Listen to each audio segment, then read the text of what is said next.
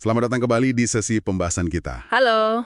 Oke, kali ini kita menyelami materi yang Anda bagikan ya. Esai penutup dari The Black Swan-nya Nassim Taleb. Ya, yang esai ketujuh itu. Betul, apa yang harus dilakukan dengan kuadran keempat.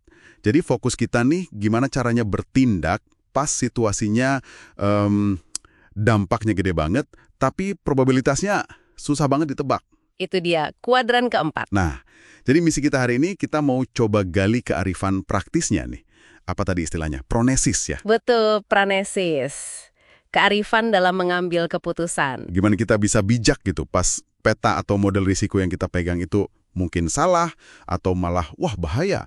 Mari kita bedah bareng deh. Oke. Saya langsung keingat, sumber ini kan nekenin satu bahaya spesifik ya. Betul sekali, langsung disorot itu bahaya iatrogenics. Iatrogenics. Itu apa ya artinya? Awalnya dari medis ya, artinya kerusakan yang nggak sengaja malah disebabin sama si penyembuh. Oh, justru dari yang mau nolong. Iya, tapi di konteks ini artinya lebih luas. Kerugian gara-gara kita ikutin model atau nasihat yang keliru. Jadi niatnya baik, mau kelola resiko. Malah bikin kita ambil resiko lebih besar. Ironis banget kan? Wah, menarik ini. Kerusakan dari penolong atau peta. Bisa dijelasin lagi nggak gimana nih berlaku di luar medis? Saya ingat ada analogi peta itu. Tepat. Sumbernya ini ngutip Kahneman. Dia bilang, orang kalau sesat di Alpen, itu lebih milih pakai peta Pyrenees Daripada nggak pakai peta sama sekali. padahal beda gunung ya. Nah, itu dia. Ini nunjukin kecenderungan kita. Lebih nyaman ada panduan, meskipun kita tahu panduannya salah. Bahaya dong kalau gitu. Bahaya banget. Peta yang salah ini bukan cuma nggak ngebantu, tapi bisa aktif nyesatin. Kayak ngasih perkiraan risiko numerik yang ya ngaco gitu. Ah, kayak contoh hakim Jerman yang lempar dadu itu bukan sih? Betul. Itu contoh anchoring. Meskipun tahu dadu nggak relevan sama kasusnya, angkanya tetap ngaruh ke vonis ya. Iya. Jadi kita gampang banget terpaku sama info pertama. Walau nggak logis, ini nunjukin kuatnya pengaruh peta yang salah. Bahkan pas kita ragu. Oke. Jadi ini menggarisbawahi bahaya iatrogenics dari model-model prediktif ya, khususnya di kuadran keempat ini. Persis. Karena data masa lalu sering nggak relevan buat prediksi kejadian ekstrim di masa depan. Jadi ngandelin model yang nggak cocok itu ya kayak pakai peta Pyrenees tadi. Kasih rasa aman palsu. Serem juga ya. Oke, kalau model dan prediksi sering bahaya di kuadran keempat, terus kita mesti gimana dong? Apa kata sumbernya soal pronesis atau aturan praktis tadi? Apa kita jadi nggak usah ngapa-ngapain aja? Nah, disinilah konsep nasihat negatif jadi penting banget. Nasihat negatif, maksudnya? Sumber ini nekenin kalau hadapi ketidakpastian ekstrim, seringkali lebih bijak fokus ke apa yang nggak boleh dilakuin, supaya nggak hancur. Oh, jadi fokusnya gimana biar nggak bangkrut gitu ya? Bukan gimana biar sukses? Kurang lebih gitu. Manusia kan biasanya lebih suka nasihat positif ya, lakukan ini, lakukan itu, kedengeran lebih proaktif. Iya sih. Tapi strategi bertahan hidup yang paling kuat justru seringkali datang dari ngindarin kesalahan fatal. Jadi fokusnya dari gimana sukses, jadi gimana nggak gagal total. Ini kedengarannya agak pesimis ya. Mungkin itu sebabnya ada yang labelin ini nihilisme, kayak disebut di sumber.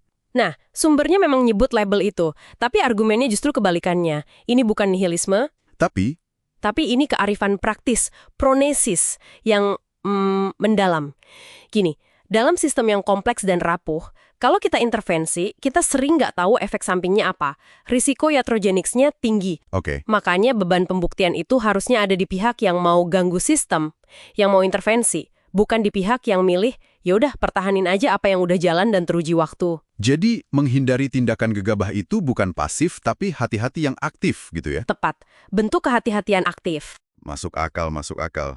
Ini nyambung ke phronetic rules atau aturan praktis tadi ya. Salah satu yang paling ditekankan soal redundansi, bener nggak? Betul banget, aturan kuncinya. Hindari optimisasi berlebihan dan belajarlah mencintai redundansi. Redundansi kayak punya cadangan gitu ya? Iya, kayak punya dana darurat, kapasitas produksi cadangan, atau bahkan sekedar waktu luang. Di dunia yang obsesi sama efisiensi kan ini sering dianggap pemborosan. Padahal Padahal, redundansi itu kebalikannya utang. Dia itu kayak bantalan alami buat ngadepin guncangan tak terduga atau angsa hitam itu. Redundansi inilah yang bangun ketahanan, robustness. Jadi, robustness atau ketahanan ini dibangun bukan pakai prediksi canggih, tapi dengan punya bantalan ekstra. Persis, kayak asuransi buat hal yang kita nggak tahu bakal terjadi. Tapi kenapa ya rasanya kok susah gitu kita nerima redundansi ini dalam praktek?